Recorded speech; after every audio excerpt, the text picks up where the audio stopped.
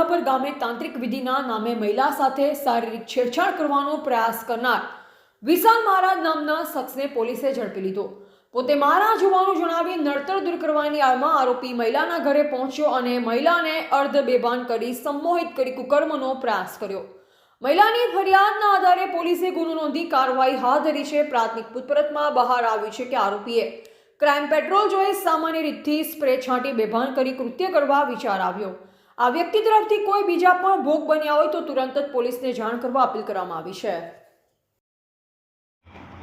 ગઈકાલે 7/12/2025 ફરિયાદી બેન માધાપર પોલીસ સ્ટેશનમાં આવી અને પોતાની સાથે બનેલ બનાવ બાબતે જણાવેલ કે માધાપર ખાતે જ વિશાલ મહારાજ તરીકે એક વ્યક્તિ જે રહે છે જલારામ સોસાયટીમાં, એમની પાસે આમને ઘરે થોડીક બીમારી ચાલતી હતી અને નડતર જેવું હતું એવો એમને શક હતો।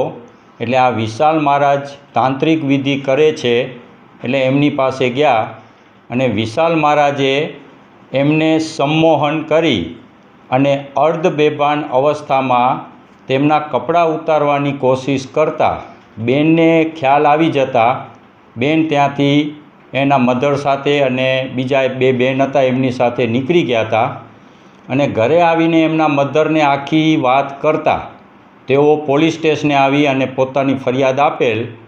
ગુનાની ગંભીરતા સમજી તાત્કાલિક પોલીસે આરોપી વિશાલ મહારાજને હસ્તગત કરેલ, બેનની ફરિયાદ લીધી અને ગુનો BNS 2023ની કલમ 64(1), 75(1)(1) અને 351(3) મુજબ તાત્કાલિક રજીસ્ટર કર્યો અને આરોપીને ઝીણવટભરી પૂછપરછ કરતા કે ભાઈ કોઈ તાંત્રિક વિધિ કરે છે કે કેમ અને આવો બનાવ બનેલ હતો કે કેમ તે પૂછતા આરોપીએ કબૂલ્યું કે ક્રાઇમ પેટ્રોલ સિરીઝ જોઈ અને આવી ખોટી રીતે વિધિ કરવાના બહાને તેઓ કોઈપણ ભોગ બનનારને બોલાવી અને પરફ્યુમ છે એ પરફ્યુમ છાંટી અને એને અર્ધ બેભાન અવસ્થામાં કરતા હતા। જે અન્વયે આરોપીને તાત્કાલિક પુરાવા આધારે ગઈકાલે જ રાત્રિના ધોરણસર અટક કરેલ છે અને ગુનાની તપાસ હાલે ચાલુમાં છે।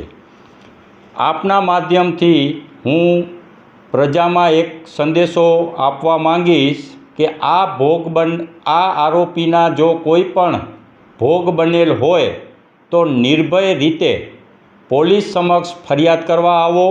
અમે તમારી ફરિયાદ લેશું, તમારું નામ પણ ગુપ્ત રાખશું અને આના વિરુદ્ધ કાયદેસર કાર્યવાહી કરશું।